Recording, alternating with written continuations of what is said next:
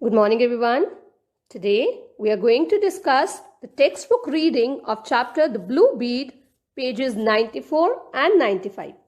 So far in the story, we have read about the physical appearance of the crocodile and the river where the crocodile lived. We'll continue reading the text now.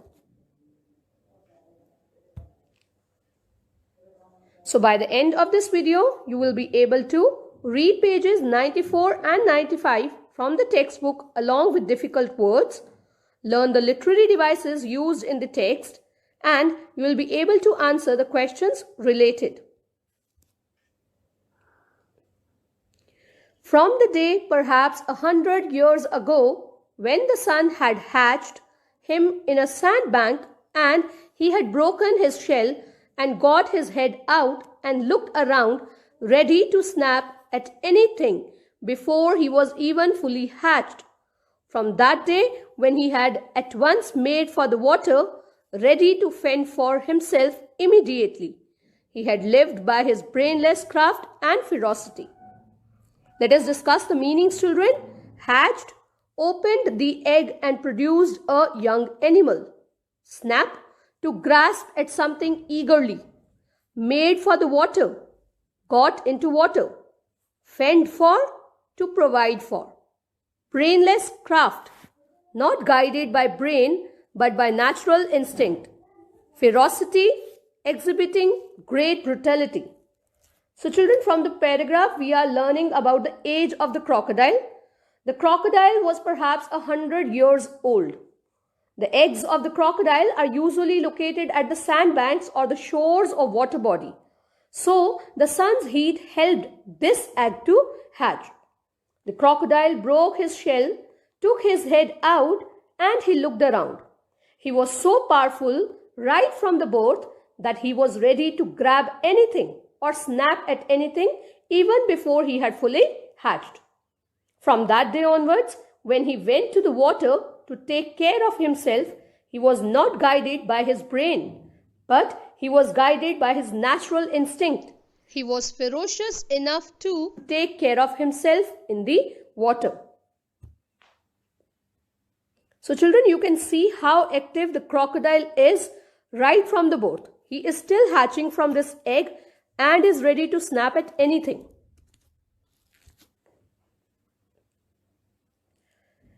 Escaping the birds of prey and the great carnivorous fishes that eat baby crocodiles, he had prospered, catching all the food he needed and storing it till putrid in holes in the bank. Tepid water to live in and plenty of rotted food grew him to this great length. Let us discuss the meanings, children. Escaping, managing to get away. Birds of prey, predators. Prospered, grown. Putrid, decayed with disgusted smell. Tepid water, lukewarm water. Rotted, decayed. So children, the crocodile grew up big by escaping from all the predators and the carnivorous fishes which eat baby crocodiles. He got all the food he needed to grow. He stored all the food in the holes in the river bank until it was rotten. Lukewarm water was available for him to live in, and a lot of rotten food also helped him to grow to a great length.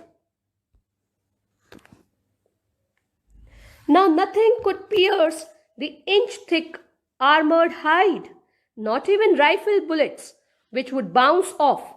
Only the eyes and the soft underarms offered a place. Let us discuss the meanings, children. Pierce, penetrate. Armored hide, the skin of animal which is protected with hard covering. Bounce off, jump back. So children, the first line shows how thick his skin was. It was so thick that nothing could pierce into that. Even if the crocodile was shot, the bullets would jump back. Only the eyes and the soft underarms were vulnerable places in his body where he could get hurt. He lived well in the river, sunning himself sometimes with other crocodiles, muggers, as well as the long-snouted fish-eating gharials, on warm rocks and sandbanks where the sun dried the clay on them quite white, and where they could plop off into the water in a moment if alarmed.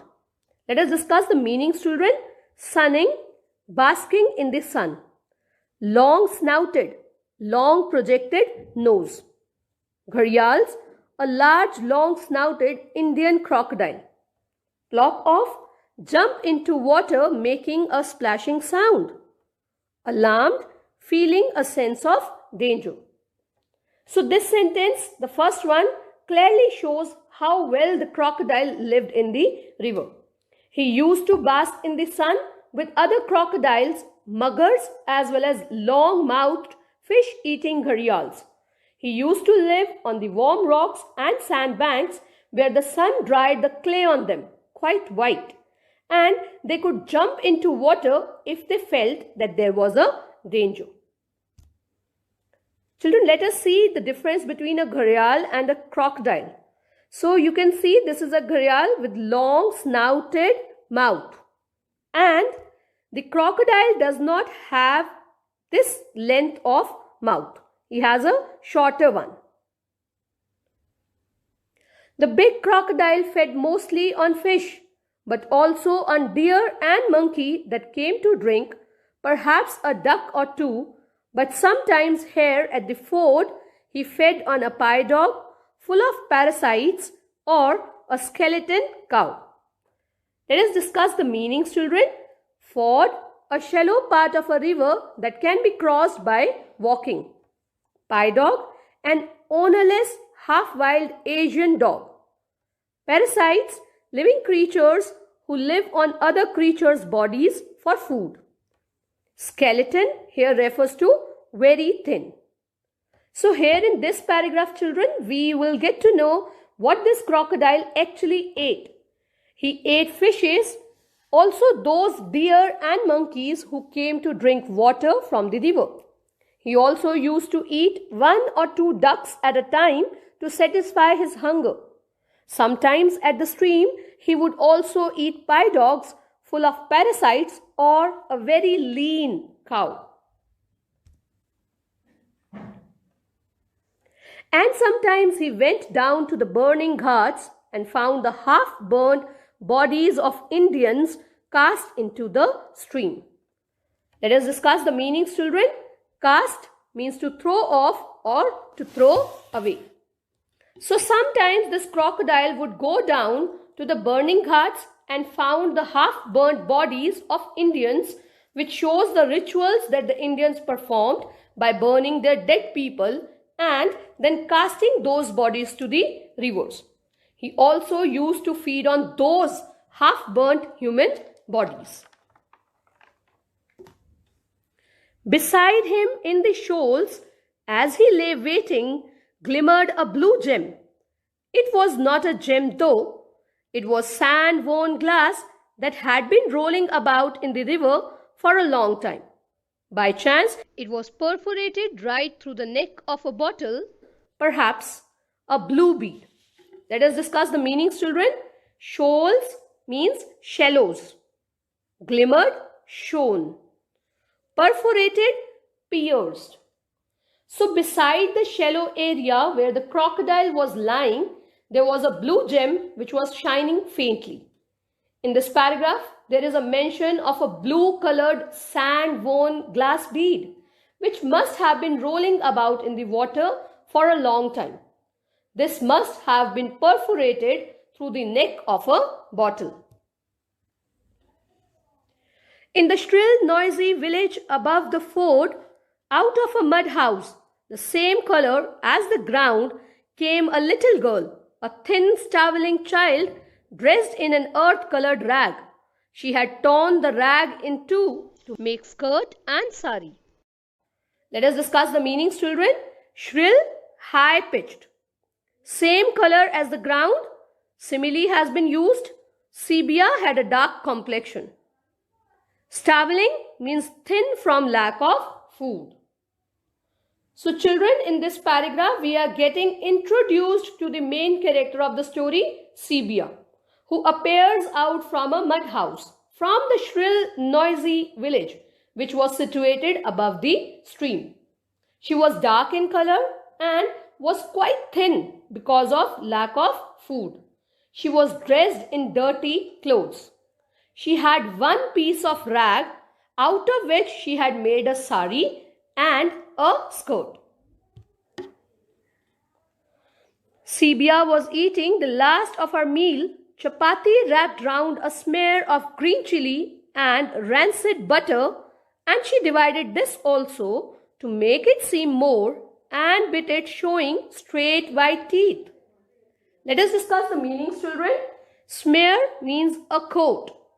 Rancid, a strong and unpleasant smell or taste from no longer being fresh. So children, Sibia was eating her last meal of the day. She had put green chili and rancid butter in the chapati and had wrapped it. She had divided the chapati to make it seem more, just for her satisfaction of having more food. She bit the chapati, showing her white straight teeth. With her ebony hair and great eyes and her skin of oiled brown cream, she was a happy, immature child woman, about 12 years old, barefoot of course, and often goosey cold on a winter morning and born to toil. Let us discuss the meanings, children. Ebony, black. Child woman, it means though Sibia was a child, she did household tasks like a grown-up woman. Barefoot, wearing no footwear. Goosey cold, extreme cold marked by goosebumps all over the body. Toil, work hard. So children, Sibia was 12 years old. She had dark hair and great big eyes. She had brown oily skin. She was a happy but immature child woman. Child woman, as though she was a child, she performed the household tasks like a grown-up woman. Since she was poor, she could not afford slippers and hence was barefoot. On winter morning, she would feel so cold that there were goosebumps all over her body. She was just born to work hard. Now that is all for the day today, children. For your homework, do the homework given to you in the SNAP homework. Thank you.